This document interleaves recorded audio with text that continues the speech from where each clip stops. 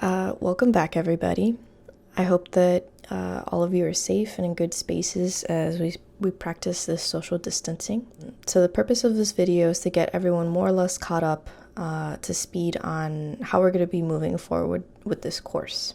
So I now have online office hours. My office hours are Mondays from noon to 3 p.m. During my office hours, you can feel free to email me at any time within that time frame, and I will instantly get back to you as soon as possible. You can also request video chats for meetings. Sometimes it's a little hard to replace that one-on-one, an actual conversation with just email. And then, of course, I can do those kinds of things throughout the week. It's just office hours are definitely a time specifically set aside for that. Okay, so to begin with, our syllabus schedule has now changed.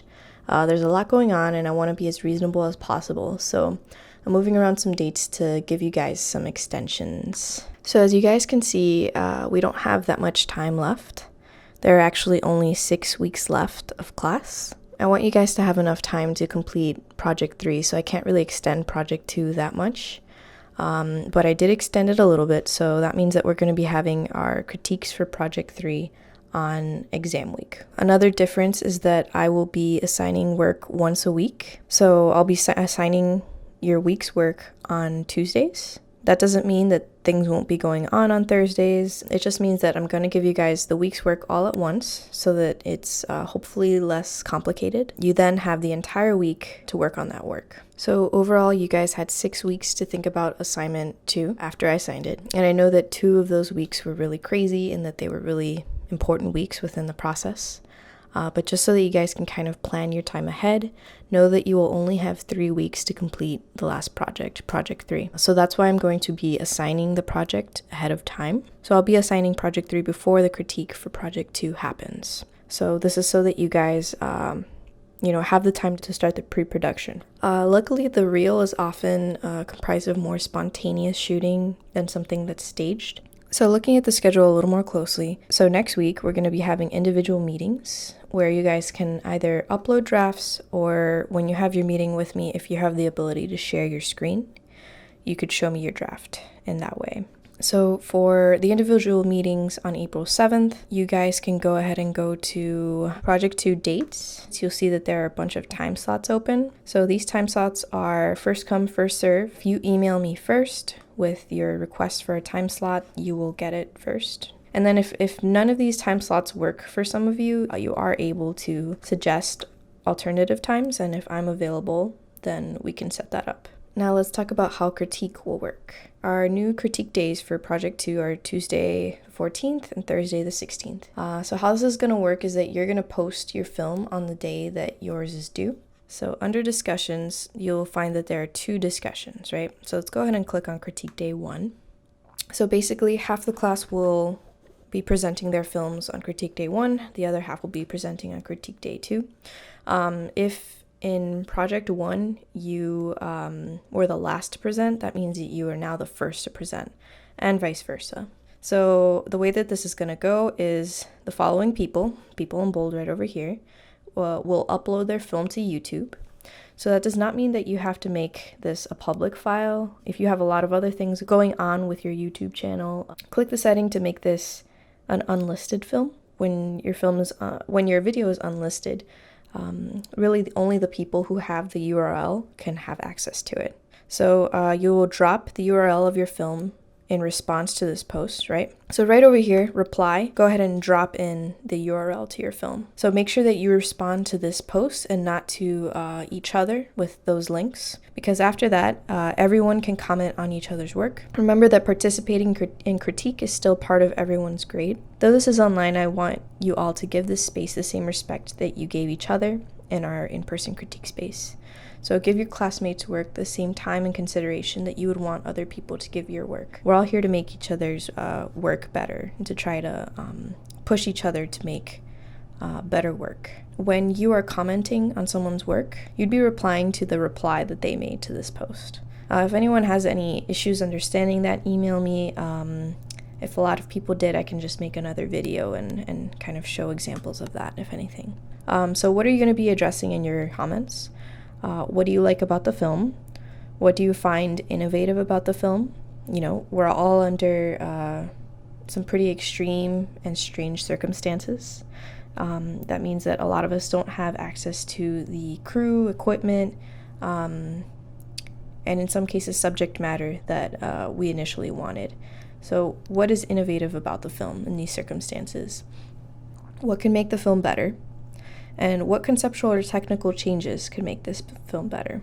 So for those who are turning their film in on the 14th, you can also write a few sentences that explain anything that you want about the film. Okay, so you would be putting in your link, and then you could go ahead and describe any circumstances that you feel are important to kind of contextualize your film. This does not mean that you're going to be writing self-deprecating things about your film. This is an opportunity to give us context on any obstacles you face or the intentions in your film, or what the intentions in your film were.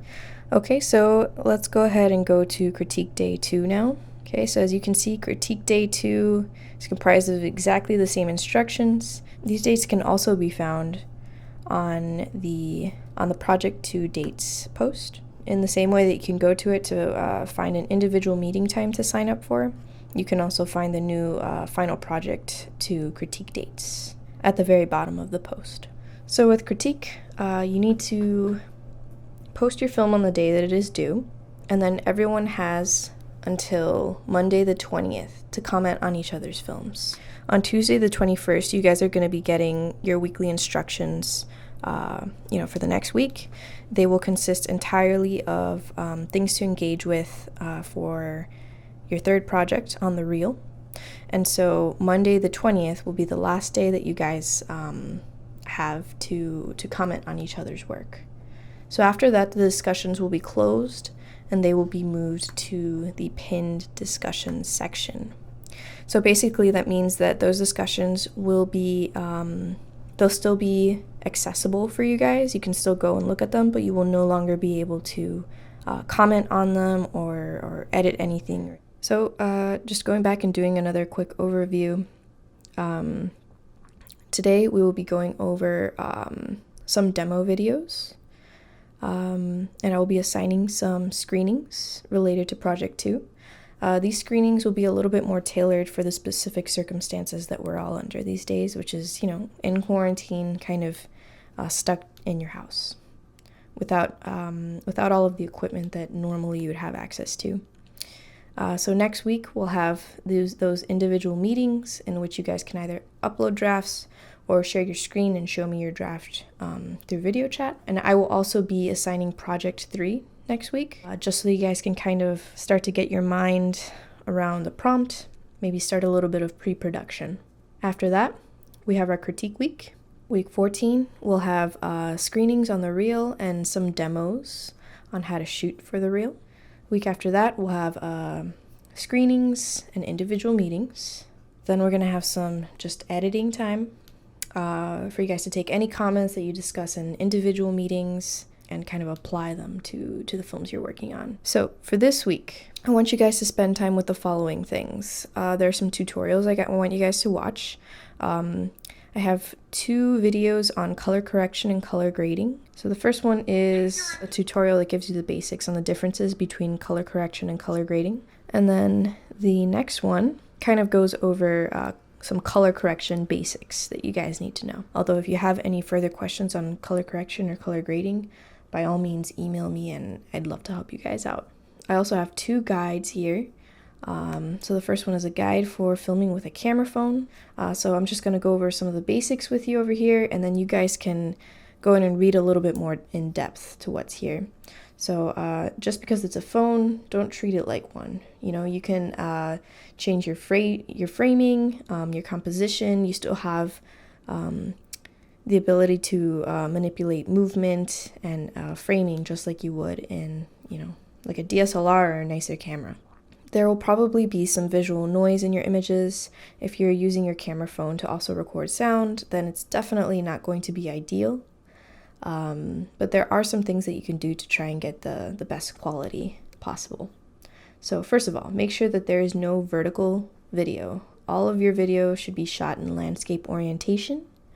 Unless you are specifically making a cell phone movie in which you want the viewer to know that what you're filming is shot on a cell phone, you want it to kind of look like found footage in that way. That's really the only reason you would be shooting in the vertical. Make sure that you take your case off of your phone. The mics will have a lot of an easier time picking up sound if there's no case on your phone. Figure out where your phone's mics are and optimize them. So for the most part, phones have microphones where you would normally speak into them. They're a phone, so that kind of makes sense. Make sure to keep the phone close to your core when you're doing handheld shots. This is really more just a stabilization technique. If you don't have a tripod, get creative. What different kinds of surfaces could lock down your shot? Most camera phones will record an MP4 file format. If the video clip is shorter than a minute, if it's longer, sometimes it'll compress the file and export it as a different format. Basically, you want to be testing out the kind of file that your phone outputs before you shoot everything for your film. Keep your video clips short. That way you can easily transfer them to your laptop. Kind of going back to number 7, absolutely do a quick test run on what type of file type your phone records and how you're actually going to be able to get that file to your laptop. So in closing, you don't have to have the highest budget or the most professional settings, but if you have a lot of creativity and you put a lot of intention behind what you're doing, you can still create something really great, guys. Okay, so another guide to kind of working with less than ideal equipment. This is a resource that a professor at UWM put out. A lot of really great information on here.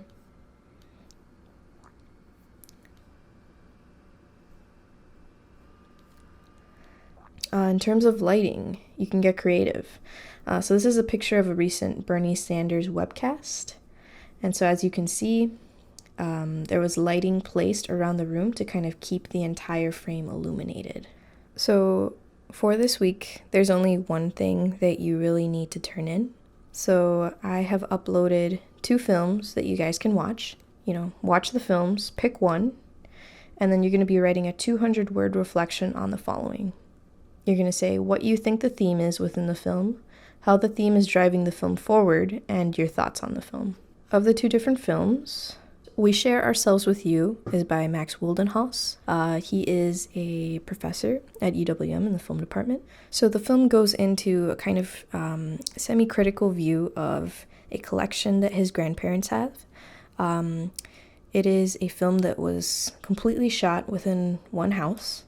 And so it kind of shows the way that you can get creative, or a way that you can get pretty creative with shooting an entire film just inside of one house.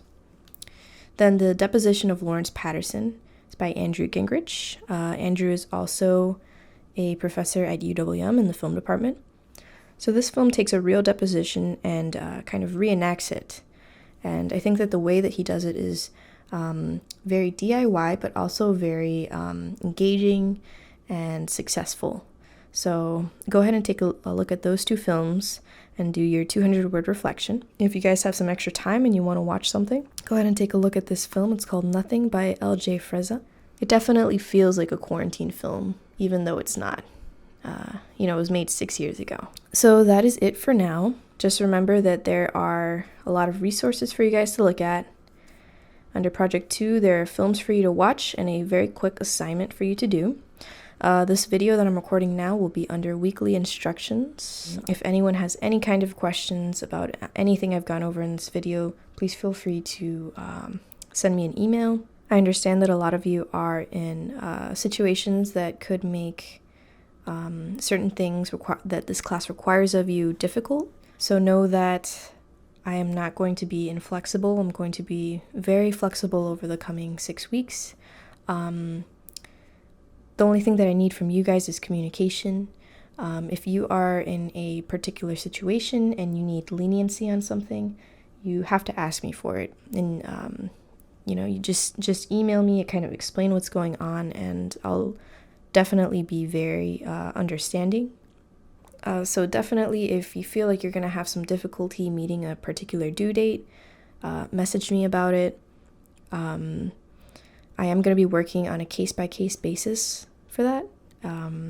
So the due dates definitely still stand for everyone, unless you have emailed me and we have come up with something else for you. So with that, I'll leave you guys. I hope that this video wasn't too long. Stay safe, stay healthy, and have a great week.